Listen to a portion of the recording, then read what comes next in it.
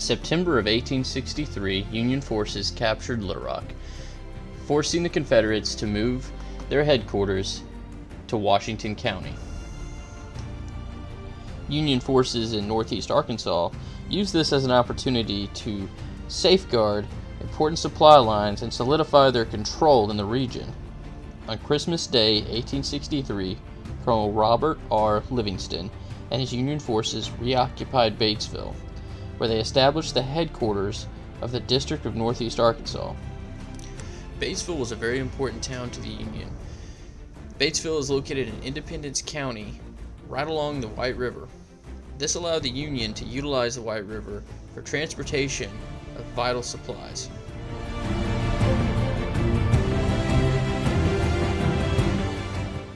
Upon arriving in Batesville, I came across this plaque outside of the Old Independence Regional Museum and Gift Shop. The plaque reads, "Union soldiers occupied Batesville twice during the Civil War. General Samuel Curtis' Army of the Southwest camped near this site in May 1862 while threatening Little Rock. Union troops were impressed with the town's culture and appearance, saying that, quote, a more lovely place cannot be found anywhere. Confederate forces then occupied the area, using the same campsite until Colonel R.R. Livingston. Union troops used Batesville as a base from which to pacify the region. In spring 1864, Confederate troops returned to recruit troops for a Missouri invasion. While Colonel Livingston of the 1st Nebraska Cavalry was getting set up in Batesville, Confederate Colonel Thomas R. Freeman was occupying Smithville, Arkansas, 35 miles northeast of Batesville. Colonel Freeman had roughly 100 men under his command. Both of these forces had minor clashes, mostly between their patrol groups. These encounters resulted in the capture of prisoners on both sides. Freeman had set up his headquarters in Smithville in hopes of recuperating and strengthening his numbers. On February 6, 1864, he sent Captain Wolfe under flag of truce to Batesville with 4 prisoners. He then exchanged the prisoners for 4 of their own men being held in Batesville. While Captain Wolfe was making the exchange in Batesville, he met Captain Rausch, a Union soldier of the 11th Missouri Cavalry. Upon Captain Wolfe's departure, the men asked that the other visit at the end of the war. During the visit, Captain Wolfe gave away that their headquarters was in Smithville. It has been debated by historians for many years if Captain Wolfe was being reckless or if this was a strategic plan to lure the Union in. While Captain Wolfe was in Batesville, Major Val Shaver of Colonel Freeman's staff moved their force to the Harriet Baker Farm on Martin's Creek near Morgan's Mill, roughly 20 miles north of Smithville, near modern-day Willowford, Arkansas.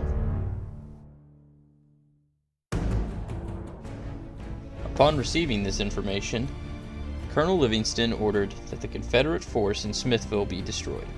He sent Colonel John W. Stevens of the 11th Missouri Cavalry that consisted of 68 men and 40 men from the 1st Nebraska Cavalry under Captain T.J. Majors, as well as 8 men from the 4th Arkansas Mounted Infantry. As you can see, both sides have men from Missouri and Arkansas. Although the Civil War is mostly looked at as North and South, many do not realize that this war split states. Oftentimes, supporters of the two sides were neighbors or even family. This was especially the case in Arkansas, which is most likely due to its diverse geography and economic differences between the Delta and the Ozarks. But these differences don't just start or stop at states or even counties. In fact, sometimes it goes right down to a town. While in Smithville, I found this plaque. It reads, "Smithville was the Lawrence County seat in 1861, and while most residents supported secession, others stayed loyal to the Union. At least 17 Confederate companies were raised in the county. Other troops were conscripted into the army later, and slaves and Unionists sought refuge in federal camps. Civilians faced privation and lawlessness as the war dragged on. Smithville lost its county seat status when Sharp County was carved from Lawrence after the war. Freed people established a post-war village south of Smithville that was called, quote, Little Africa. Upon Colonel Stevens' arrival, the encampment at Smithville had been abandoned. The direction of Freeman's travel was very obvious, as the horse tracks were leading northward. After consulting with Captain Majors, they decided they would attack Freeman wherever they might find him. As they began marching, following the tracks, they were looking for soldiers wearing something like this. This is a Confederate uniform. I found this uniform in the museum in Batesville. The plaque next to it talks about it being a Confederate uniform worn by James P. Coffin. The fabric was woven and the uniform made by his wife, Lucy Lyons Coffin. He served throughout the war in a Tennessee regiment. Both sides often carried swords. The one on the left was owned by a Union soldier. The one on the right was actually owned by a Confederate soldier. His picture of him and his family are on the right, placed above the sword. The rifle, pictured here, is often used by Union cavalry. I show all this to give an idea of what this skirmish actually kind of looked like. After Stevens and Captain Majors decided to go and attack Freeman wherever they might find him, they noticed that their troops and livestock were severely fatigued after traveling approximately 35 miles on the 7th of February. Once again, Captain Stevens consulted with Captain Majors, deciding that they would camp down at a local homestead about 10 miles from Morgan's Mill. Captain Stevens sent Captain Majors with his 40-man detachment from the 1st Nebraska Cavalry up the south side of the river, with orders to cross the river at the nearest point. Captain Stevens took the remaining force, consisting of the 11th Missouri Cavalry and the detachment from the 4th Arkansas Mounted Infantry, and crossed and went north of the Spring River. About 8 miles upriver, Captain Stevens made contact with the enemy near the David O. Crawford farm at the mouth of Martin Creek. Captain Stevens drove his men towards the enemy, only to realize that his enemy had received reinforcements the night before.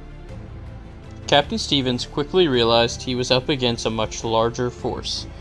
Lieutenant Colonel Coleman and Love's regiments of partisan Rangers had reinforced Freeman's army, bringing their fighting force from 100 men to 450 men. Here pictured is Lieutenant Colonel Coleman, leader of the partisan Rangers that reinforced Freeman's army. Partisans originally came from bushwhackers. Bushwhackers were civilians who often fired upon the enemy from forests or foliage, thus receiving their name. However, the partisan Rangers were made a legitimate guerrilla unit in 1862 when they were sanctioned by the Confederate Congress through the Partisan Ranger Act.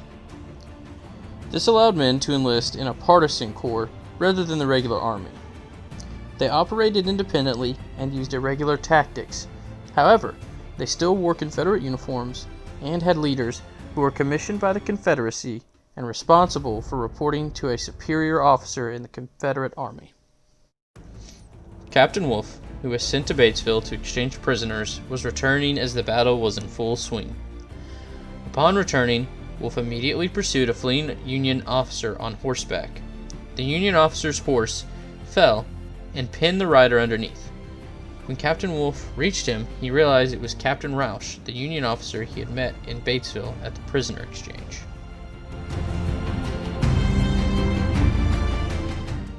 The story goes that upon his capture, Captain Wolfe said, quote, "I asked you to visit me, but I didn't look for you so soon." Meanwhile, Stevens had ordered his command to take a position on a hill in front of Martin Creek. Freeman, however, had already positioned his men on a hill higher in elevation and to Stevens' rear. The Confederate flanks extended to the right and left of the Union line. The Union force was almost surrounded. Lieutenant Warrington formed the battalion into a column of fours by the right and started a frontal assault on the Confederates. Stevens, at this point, was in a very intense combat.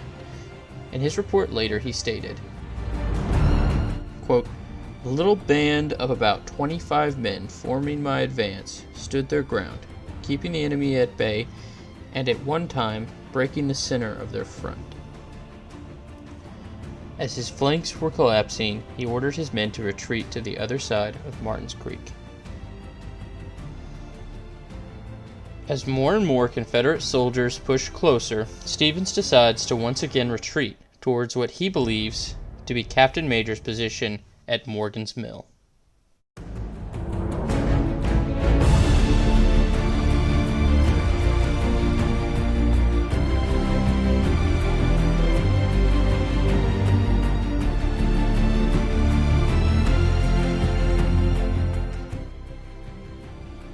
After retreating to Morgan's Mill, the Confederates soon pinned them down from a hill overlooking the mill.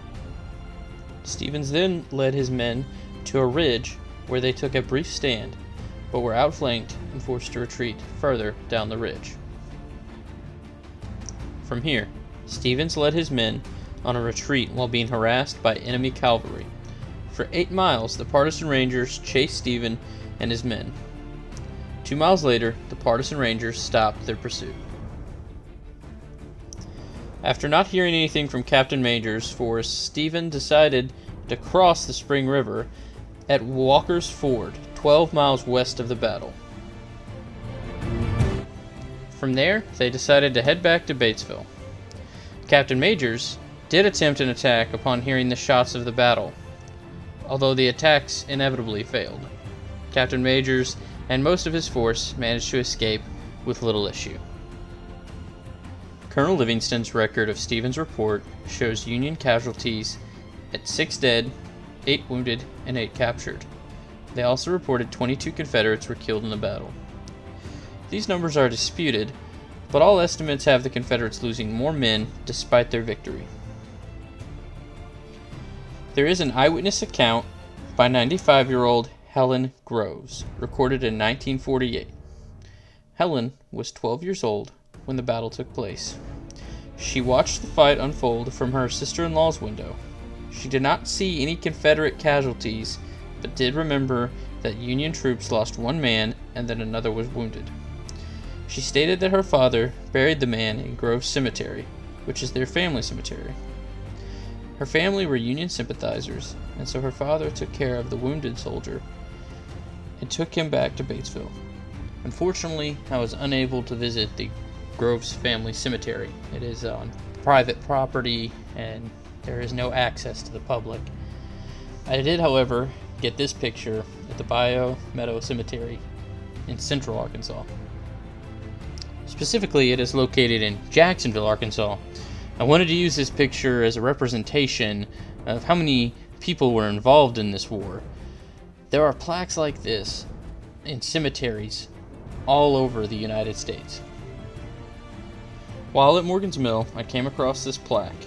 It states, "Near this place on February 8, 1864, Union and Confederate forces engaged in a 12-mile running battle that ranged from the old Morgan's Mill on Spring River up and across Martin's Creek along the old Indian Trail that ran from Memphis to Springfield. The Federals, consisting of the 11th Missouri Cavalry, 4th Arkansas Mounted Infantry, and 1st Nebraska Cavalry under the command of Colonel Robert R. Livingston, crossed the Spring River and engaged the Confederate forces, Freeman's Regiment, Missouri Cavalry under the command of Colonel Thomas R. Freeman. The junior officers in charge of the engagement were Captain M. H. Wolfe of Fristow's Regiment, Missouri Cavalry Captain Joseph B. Love, and Captain Ma V. Shaver's Cavalry Regiments under Colonel Freeman's command, who led most of the charges against Colonel John W. Stevens of the 11th Missouri Cavalry, 1st Nebraska Cavalry under the command of Captain T.J. Majors, as well as 8 men from the 4th Arkansas Mounted Infantry. Confederate forces outnumbered the Federals and gained the advantage on the Baker Farm and ran the Federal forces back where Hardee is today. This was a clear Confederate victory. Casualties, U.S. 6 killed, 8 wounded. And Confederate, 22 killed, with several wounded. The reason freemen chose to camp out at this mill is not documented, and it may seem insignificant. However, it seems that mills were a big resource during the Civil War. Grist mills were often captured to help feed troops, horses, and cattle. Colonel Livingston mentioned in his reports the need for adequate food supply. One should note that Southerners often burned these mills to the ground in order to keep the Union from feeding their armies. These skirmishes plagued Arkansas. In fact, Arkansas had the largest number of skirmishes in the Civil War. These guerrilla-style tactics tore Arkansas to pieces with no real reward to the Confederacy. Ultimately, they were suppressed, and the Union was able to keep supply lines moving and ultimately win the war.